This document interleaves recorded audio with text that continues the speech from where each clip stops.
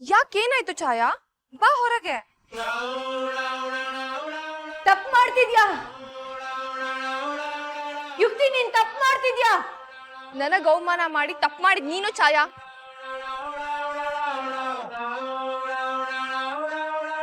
ಇವತ್ ಮನೆಯವ್ರಿಗೆಲ್ಲ ಗೊತ್ತಾಗುತ್ತೆ ನೀನೆಂತ ಮೋಸ ಮಾಡ್ತಾ ಇದ್ಯಾ ಅಂತ. ಬಾ ಹೊರಗೆ. ಮುಳುಗ್ತಾ ಇದ್ಯಲ್ಲ ಛಾಯಾ, ಕಾಲ್ ಬಿಡಿ.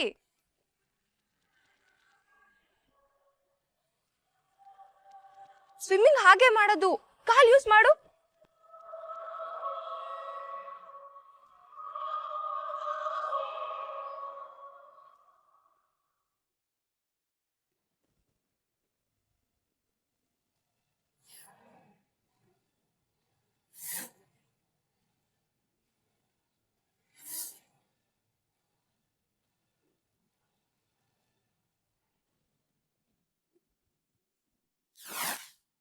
ಚಿಕ್ಕ ವಯಸ್ಸಿಂದ ನನ್ನ ಯಾವ ಮಾತನ್ನು ತೆಗೆದು ಹಾಕ್ತಿರ್ಲಿಲ್ಲ ಪ್ರದ್ಯುಮ್ನ ನೀನು. ಮಾಯಿ, ನಿಮ್ಮ ಮಾತು ತೆಗ್ದಾಕ್ಬೇಕು ಅನ್ನೋ ಉದ್ದೇಶ ನಂದಲ್ಲ. ಉದ್ದೇಶ ಇಲ್ಲದೆ ಇದ್ರು ಮಾಡ್ತಾ ಇದೆಯಲ್ಲ ನೀನು. ನನ್ನ ಹತ್ರ ಬೇರೆ ದಾರಿ ಇಲ್ಲ ಮಾಯಿ. ಅಪ್ಪ ಒಬ್ದೆ ನಾನು ಅಧಿಕಾರ ತಗೊಳ್ಳಲ್ಲ. ಒಪ್ಪಿಗೆ ಕೊಡಕ್ಕೆ ಅದು ಅವಂದಲ್ಲ, ಅಧಿಕಾರ ನನ್ನ ಹತ್ರ ಇರೋದು. ಹೌದೌದು, ಅಧಿಕಾರ ಎಲ್ಲ ನಿಂದೆ. ನನಗೆ ಅಧಿಕಾರ ಕೊಡಬಾರ್ದು ಅಂತ ಆಗ್ಲೇ ನಿರ್ಧಾರ ಮಾಡ್ಬಿಟ್ಟಿದ್ಯಲ್ಲ ನೀನು.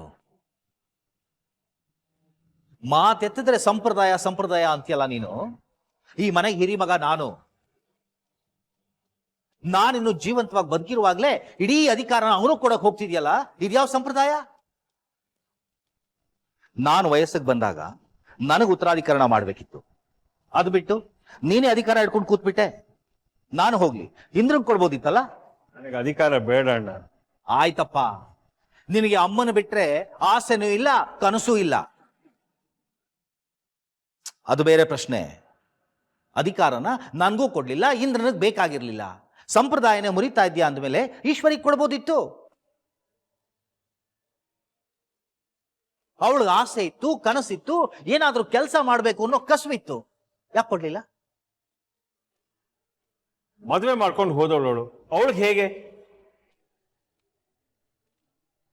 ಯಾರಿಗೆ ಕೊಡ್ಲಿಲ್ಲ ಅನ್ನೋದು ಪ್ರಶ್ನೆ ಅಲ್ಲ ಸತ್ಯ, ಯಾರಿಗೆ ಕೊಡ್ತಾ ಇದ್ದೀನಿ ಅನ್ನೋದು.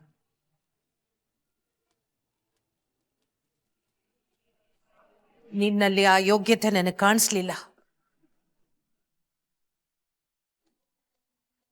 ನನ್ನ ಮೊಮ್ಮಗನಲ್ಲಿ ಅದು ಕಾಣಿಸ್ತು.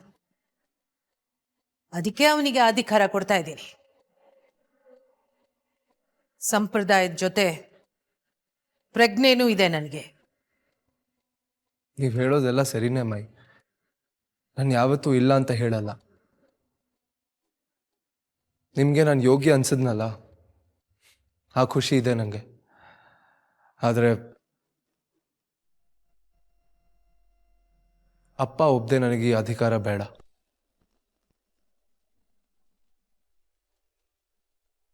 ಅವನಿಷ್ಟು ಬಾಯ್ ಬಿಟ್ಟು ಕೇಳ್ತಾ ಇದ್ದಾನೆ, ಒಪ್ಕೆ ಇದೆ ಅಂತ ಹೇಳ್ರಿ. ಇಲ್ಲ, ಇದು ನನ್ಗೆ ಒಪ್ಪಿಗೆ ಇಲ್ಲ. ಯಾಕೆ ಒಪ್ಪಿಗೆ ಇಲ್ಲ ನಿನಗೆ? ನಿನ್ಗೂ ಗೊತ್ತು ಪ್ರದ್ಯುಮ್ನಂಗೆ ಯೋಗ್ಯತೆ ಇದೆ ಅಂತ. ನೀನ್ ಹೇಳಿದ ಮಾತ್ರಕ್ಕೆ ನಿಜ ಆಗ್ಬೇಕಾಗಿಲ್ಲ ಇಂದ್ರ. ಇಂದ್ರನ ಮಾತ್ರ ಅಲ್ಲ ಅಣ್ಣ, ಎಲ್ರೂ ಅದನ್ನೇ ಹೇಳ್ತಾ ಇರೋದು. ಬೇಕಾದ್ರೆ ಛಾಯನೇ ಕರೆದು ಕೇಳು, ಅವಳು ಅದನ್ನೇ ಹೇಳೋದು. ಹೌದು ಬಾವ, ಪ್ರದ್ಯುಮ್ನ ತುಂಬಾ ಚೆನ್ನಾಗಿ ಕಂಪ್ನಿ ನಡೆಸ್ತಾನೆ. ಕಾಮಾಲೆ ಕಣ್ಣು ಸತ್ಯ ನಿಂದು. ಅದಕ್ಕೆ ಒಪ್ಕೊಳ್ಳೋಕೆ ತಯಾರಿಲ್ಲ ನೀನು. ಎಲ್ಲಿ ನಿನಗಿಂತ ನಿನ್ನ ಮಗ ಬೆಳೆದು ಬಿಡ್ತಾನೋ, ಅವನ ಹೆಸರು ನಿನಗೆ ಗ್ರಹಣ ಆಗುತ್ತೋ ಅನ್ನೋ ಭಯ, ಹೊಟ್ಟೆ ಕಿಚ್ಚು. ಹೊಟ್ಟೆ ಕಿಚ್ಚು ಇವನ ಮೇಲೆ. ತಮಾಷೆ ಚೆನ್ನಾಗಿದೆ ಮಾಯಿ.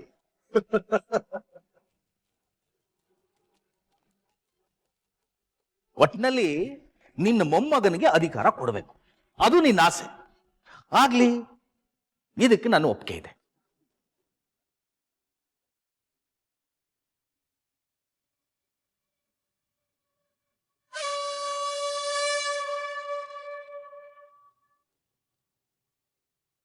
ಆದ್ರೆ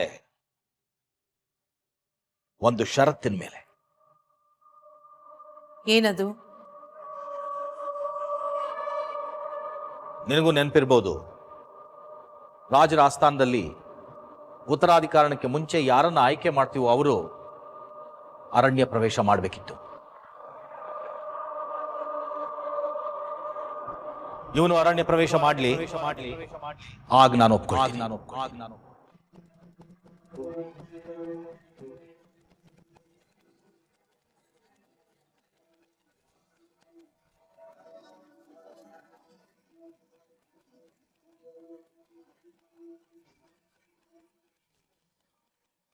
ಹೇ ಹೇ ಛಾಯಾ, ಏನ್ ಮಾಡ್ತಾ ಇದ್ಯಾ ನೀನು? ಮೇಲ್ ಬಾ ಛಾಯಾ, ಆಟ ಆಡ್ಬೇಡ. ನನ್ನ ಇದ್ರ ಹಾಕೊಂಡ್ರೆ ಏನಾಗುತ್ತೆ ಅಂತ ಗೊತ್ತಾಯ್ತಾ? ಕಮಾನ್, ಸ್ವಿಮ್ ಮಾಡು. ತಪ್ಪು ಮಾಡ್ತಿದ್ಯಾ. ಸ್ವಿಮ್ಮಿಂಗ್ ಪೂಲ್ ಅಲ್ಲಿ ಇರೋದು ನೀನು, ನನಗ್ ಹೇಳ್ತಾ ಇದ್ಯಾ ತಪ್ಪು ಮಾಡ್ತಾ ಇದೀನಿ ಅಂತ. ಏನ್ ಮಾಡಕ್ಕಾಗತ್ತೆ ನಿನ್ ಕೈಲಿ? ಇವತ್ತು ನಿನ್ ಬಣ್ಣ ಎಲ್ರಿಗೂ ಗೊತ್ತಾಗತ್ತೆ. ನನ್ ಕೈ ಏನ್ ಮಾಡಕ್ಕಾಗುತ್ತೆ ಅಂತ ಕೇಳ್ತಿದ್ಯಾ ಅಲ್ವಾ? ತೋರಿಸ್ತೀನಿ, ನಾನ್ ಏನ್ ಮಾಡ್ತೀನಿ ಅಂತ ತೋರಿಸ್ತೀನಿ.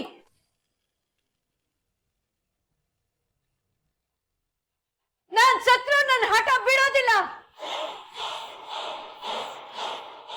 ಹೇ ಛಾಯಾ, ಏನ್ ಮಾಡ್ತಾ ಇದ್ಯಾ ನೀನು?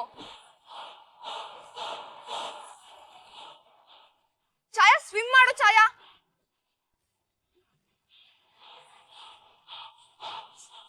ಮುಳುಗ್ತಾ ಇದ್ದಾಳಲ್ಲ. ಛಾಯಾ, ಸ್ವಿಮ್ ಮಾಡು ಛಾಯಾ.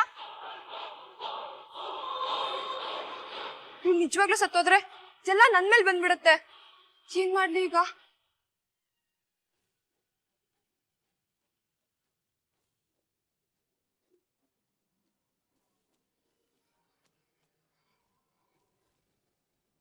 ಹೆಲ್ಪ್ ಹೆಲ್ಪ್, ಯಾರಾದ್ರೂ ಕಾಪಾಡಿ. ಛಾಯಾ ನೀರಲ್ಲಿ ಬಿದ್ದೋಗಿದ್ದಾಳೆ.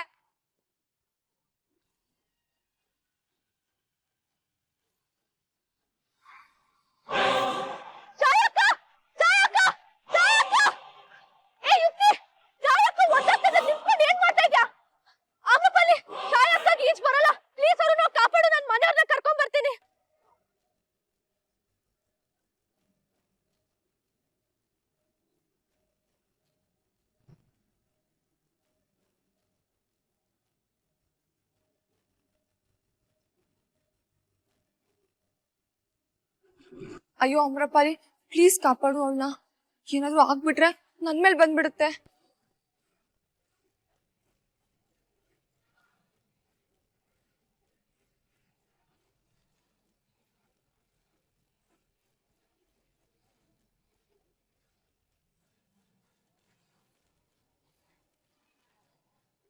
ಛಾಯಾ,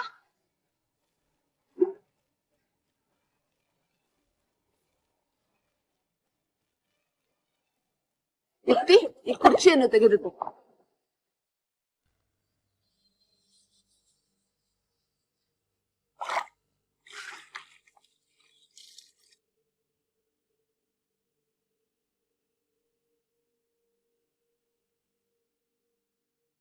ತಲೆ ಒಣಗಿಸಲು ಬಟ್ಟೆಯನ್ನು ತೆಗೆದುಕೊಂಡು ಬಾ.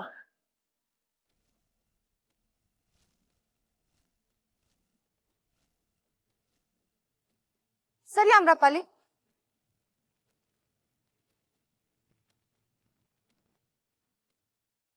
ಹೀಗ್ ಮಾತಾಡೋದ್ ನಿಂಗ್ ನಾಚಿಕೆ ಆಗಲ್ವಾ ಸತ್ಯ? ನಿನ್ ಮಗ ಸಾಯ್ಬೇಕು ಅಂತ ಮಾಡಿದ್ಯಾ ಸತ್ಯ? ರೀ, ಏನ್ರಿ ಅರಣ್ಯ ಪ್ರವೇಶ ಅಂದ್ರೆ? ಹಿಂದಿನ ಕಾಲದಲ್ಲಿ ಮಾಡ್ತಾ ಇದ್ದಿದ್ ಶಾಸ್ತ್ರಾದೇವಿಯಾನಿ. ಒಂದ್ ರಾತ್ರಿ ಒಬ್ರೇ ಕಾಡಲ್ಲಿ ಕಳೆದು ಬರ್ಬೇಕಾಗಿತ್ತು. ಆಗ್ಲೇ ಉತ್ತರಾಧಿಕರಣಕ್ಕೆ ಯೋಗ್ಯ ಅಂತ ಒಪ್ಕೊಳ್ತಾ ಇದ್ದಿದ್ದು.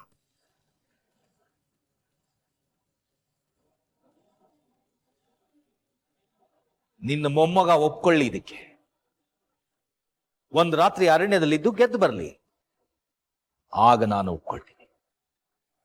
ಎಂತ ಮಾತಾಡ್ತಾ ಇದ್ದೀರಿ ನೀವು? ಸತ್ಯ, ಆ ಶಾಸ್ತ್ರ ನಿಂತೋಗಿ ಎಷ್ಟೋ ಕಾಲ ಆಯ್ತು ಅನ್ನೋದು ಮರ್ತೋದ್ಯಾ ನೀನು? ಮಾಯ್, ಏನ್ ಶಾಸ್ತ್ರ ಇದು? ಯಾಕೆ ನಿಲ್ಸಿದ್ರಿ ಇದನ್ನ? ಕೊನೆ ಸಲ ಅರಣ್ಯ ಪ್ರವೇಶ ಆದಾಗ ಹುಲಿ ತಿನ್ಕೊಂಡು ಹೋಯ್ತು. ಸಾವಿನ ಅಪಶಕುನ ಆದ್ಮೇಲೆ ಅರಣ್ಯ ಪ್ರವೇಶ ಮಾಡಬಾರ್ದು ಅಂತ ನಿರ್ಧಾರ ಆಯ್ತು. ಈಗ ಮತ್ತೆ ಶುರು ಮಾಡೋಣ ಬಿಡು. ಸಾಧ್ಯ ಇಲ್ಲ ಸತ್ಯ. ನನ್ ಮೊಮ್ಮಗನ್ನ ಯಾವುದೇ ಕಾರಣಕ್ಕೂ ಕಾಡಕ್ ಕಳ್ಸಲ್ಲ. ಅಣ್ಣ, ಯೋಚನೆ ಮಾಡಿ ಮಾತಾಡು. ನಿನಗೆ ಅವನ ಮೇಲೆ ಸಿಟ್ಟಿರ್ಬೋದು, ಆದ್ರೆ ಅಪ್ಪ ಆಗಿ ಆಡೋ ಮಾತಾ ಇದು. ಅಯ್ಯೋ, ಅಪ್ಪನ ಒಪ್ಪಿಗೆ ಇಲ್ಲದೆ ಪಟ್ಟಕ್ಕೆ ಕೂತ್ಕೊಳ್ಳಲ್ಲ ಅಂತ ಅವನು ಹೇಳ್ತಿದ್ದಾನೆ. ನೀವೆಲ್ಲ ಒಪ್ಕೋ ಅಂತ ಬಲವಂತ ಮಾಡ್ತಿದ್ದೀರಾ. ನಾನು ಒಪ್ಕೋಬೇಕಂದ್ರೆ ಏನ್ ಮಾಡ್ಬೇಕು ಅಂತ ಅವನಿಗೆ ಹೇಳ್ತಿದ್ದೀನಿ, ಅವನು ಮಾಡ್ಬೇಕು ಅಷ್ಟೇ.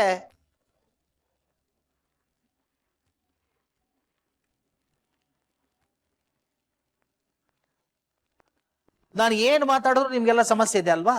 ಬೇಡ, ಅವನಿಗೆ ಇಷ್ಟ ಇಲ್ಲ ಅಂದ್ರೆ ಬೇಡ ಬಿಡು. ಅವನ್ ಯಾಕೆ ಒಪ್ಕೊಳ್ತಾನೆ ಸತ್ಯ? ಅದು ಜೀವಕ್ಕೆ ಅಪಾಯ ಆಗೋ ಜಾಗಕ್ಕೆ ಅವನ್ ಹೇಗ್ ಹೋಗ್ತಾನೆ? ನಾನು ಹೋಗ್ತೀನಿ ಮೈ.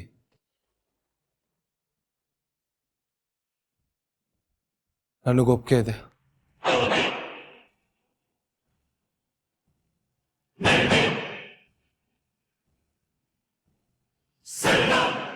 ಪ್ರತಿಯೊಂದ ಅವ್ರೇನೋ ಹೇಳ್ತಾರೆ ಅಂತ ನೀನ್ ಯಾಕೆ ಒಪ್ಕೋತಾ ಇದ್ಯಾ? ಇಲ್ಲ ಮ್ಯಾಮ್, ಅಪ್ಪ ಒಪ್ಕೋತಾರೆ ಅಂದ್ರೆ ನಾನು ಏನ್ ಮಾಡಕ್ಕೂ ರೆಡಿ ಇದ್ದೀನಿ. ಅಣ್ಣ, ಛಾಯಕ್ಕ ಸ್ವಿಮ್ಮಿಂಗ್ ಪೂಲ್ ಅಲ್ಲಿ ಬಿದ್ದೋಗಿದ್ದಾಳೆ. ಏಯ್, ಸುಳ್ಳು ಹೇಳ್ತಿಲ್ಲ ತಾನೆ? ಇಲ್ಲ ಅಮ್ಮ, ಈ ವಿಷಯದಲ್ಲಿ ಯಾರಾದ್ರೂ ಸುಳ್ಳು ಹೇಳ್ತಾರಾ? ಬನ್ನಿ ನೀವೆಲ್ಲ.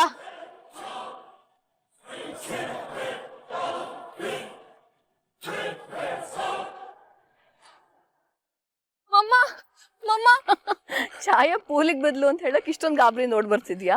ಬೃಂದಾ ಬಂದ್ ಎಲ್ರಿಗೂ ಹೇಳಿ ಎಲ್ರು ಗಾಬರಿಯಿಂದ ಎದ್ನೋ ಬಿದ್ನೋ ಅಂತ ಓಡಿದ್ರು. ಅವಳಿನ್ನು ಪೂಲಲ್ಲೇ ಇದ್ದಾಳ ಅಥವಾ ಹೊರಗ್ ಬಂದ್ಲಾ? ಮಮ್ಮ